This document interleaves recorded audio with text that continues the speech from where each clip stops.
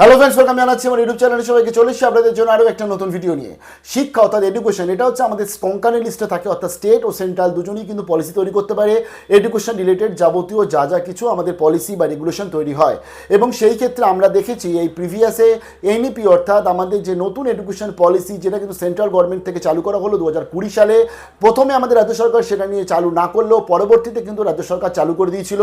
সেই ফলস্বরূপ কী কী এলো, 4 বছরে গ্র্যাজুয়েশন চলে এলো, এবং সেই ফলস্বরূপ এবিসি আইডির মতন চলে এলো, মাল্টিপল এন্ট্রি এক্সিট চলে এলো, এবং একটা স্টুডেন্ট একটা সাবজেক্টের সাথে তারা কিন্তু একটা অন্য সাবজেক্টকে নিয়েও তারা কিন্তু পড়াশোনা করতে পারলো। এরকম অনেক ধরনের সুবিধা অসুবিধা চলে এলো, এবং নতুন এডুকেশন পলিসি আমাদের রাজ্যে প্রথমে না শুরু হলে পরবর্তীতে কিন্তু শুরু হয়ে গেছিল। এবার জানিয়ে দিয়ে আরও একটি নতুন ফরমান চলে এসেছে কেন্দ্রের তরফ থেকে, এবং এই ফরমান অনুযায়ী কিন্তু আমাদের রাজ্যের যে বোর্ড চলছে, অর্থাৎ মাধ্যমিক ও উচ্চ মাধ্যমিকের যে দুটি বোর্ড আছে সেই বোর্ডকে বলে দেওয়া হয়েছে ভেঙে দিতে হবে এবং দুটি বোর্ডকে একটা করে দিতে হবে। অর্থাৎ যেরকম আজকে সিবিএসসি বলুন বা আইসিএসসি বলুন বা এনআইওএস বলুন, এই যে সেন্ট্রালের যে বোর্ডগুলো আছে, যাদের ধরুন 10 বা 12 একটা বোর্ড থেকে স্টুডেন্টসটা পাস করে বেরোচ্ছে, সেরকমভাবেই কিন্তু আজকে ফরমান চলে এসছে ওয়েস্ট বেঙ্গলে। শুধুমাত্র ওয়েস্ট বেঙ্গলে আসেনি, টোটাল 7টা রাজ্যে এসছে। 7টা রাজ্য কী কী বলে দিচ্ছি। এক এসছে ওয়েস্ট বেঙ্গল, সেকেন্ড এসছে কেরালা, 3 নম্বর এসছে অন্ধ্রপ্রদেশ, তারপর তেলেঙ্গানা, মণিপুর, ওড়িশা ও অসম। এই এতগুলো 7টা রাজ্যে কিন্তু ফরমান পাঠিয়েছে, এবং কিছু ডেটার ভিত্তিতে এই ফরমান পাঠিয়েছে কেন্দ্র সরকার। রাজ্য সরকার এখন কী করবে এটাই এখন দেখার। প্রথমত যে ডেটাটা তারা জানাচ্ছে সেটা যে টোটাল আজকে 2024 সালে যে মাধ্যমিক উচ্চ মাধ্যমিকে ফেল করেছে টোটাল অল ওভার ইন্ডিয়ার মধ্যে, তার মধ্যে দেখা যাচ্ছে আপ টু 66% হচ্ছে এই সমস্ত বোর্ড থেকে যারা পড়াশোনা করেছে তারাই কিন্তু ফেল করছে, এবং ফেলের পরিমাণটা এত পরিমাণে বাড়ছে, অকৃতকার্য পরিমাণটা এত পরিমাণে বাড়ছে, সেই বিষয়ে তারা চিন্তিত।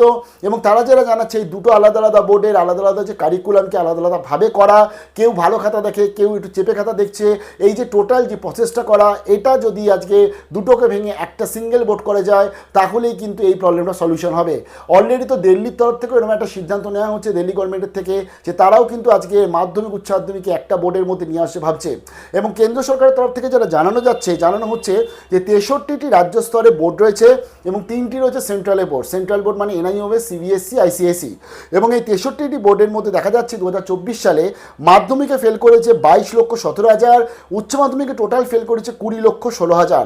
এবং এর সবচেয়ে খারাপ অবস্থা হচ্ছে 7টা রাজ্য, 7টা রাজ্যের মধ্যে রয়েছে ওয়েস্ট বেঙ্গল।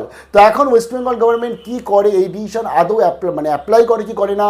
আমাদের রাজ্যে মাধ্যমিক উচ্চ মাধ্যমিক বোর্ড যদি ভেঙে যায়, একটা বোর্ডের মধ্যে যদি চলে আসে, তাহলে সেই কারিকুলাম কীভাবে হবে, এই সমস্ত কিছু কিন্তু নিয়ে প্রশ্ন উঠছেই। কারণ আমরা যতই দেখি যে কেন্দ্রীয় সরকারের এই শিক্ষার যে বিভিন্ন নীতিগুলো আছে, সেগুলো রাজ্য সরকার প্রথমে না মানলে পরবর্তী কিন্তু তারা ঠিক মেনে নেয় 2-4 বছর পর। আমরা লাস্ট ইয়ারগুলোতেও দেখেছি।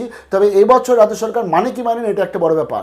শিক্ষামন্ত্রী কী জানাচ্ছেন, শিক্ষামন্ত্রী বলছে এখনো অবধি চিঠি আসেনি, তবে কোভিডের পরবর্তী আমাদের রেজাল্ট খুব ভালো হয়েছে, এবং পাসিং পার্সেন্টেজটা আমাদের কিন্তু অনেকটা বেড়েছে।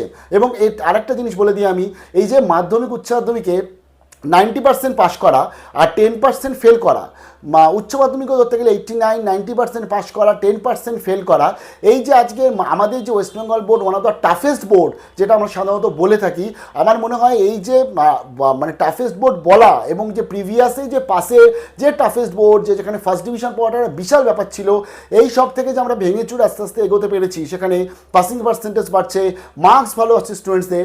এবার থেকে কিন্তু আমার মনে হয় গভর্নমেন্টের বা বোর্ডের তারাও কিন্তু চিন্তা ভাবনা করা উচিত যে যারা স্টুডেন্টসরা অ্যাপিয়ার করছে সেখান থেকে আমি কত পার্সেন্টেজ অফ স্টুডেন্টসদের পাস করাতে পারবো।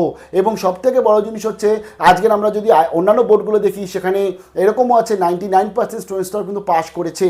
তো সেক্ষেত্রে দাঁড়িয়ে এটাও একটা বড় চ্যালেঞ্জ ভবিষ্যতের জন্য, যে মাধ্যমিক উচ্চ মাধ্যমিকে তাহলে আমার ট্রেন্ড বজায় রাখবো, অর্থাৎ আমি যে টাফেস্ট বোর্ড সেই তকমা বজায় রাখবো, নাকি আজকে অল ওভার ইন্ডিয়ার মধ্যে যাতে ফেলের সংখ্যাটা আমার রাজ্যে বেশি না হয় সেই দিকে আমি এগিয়ে রাখবো।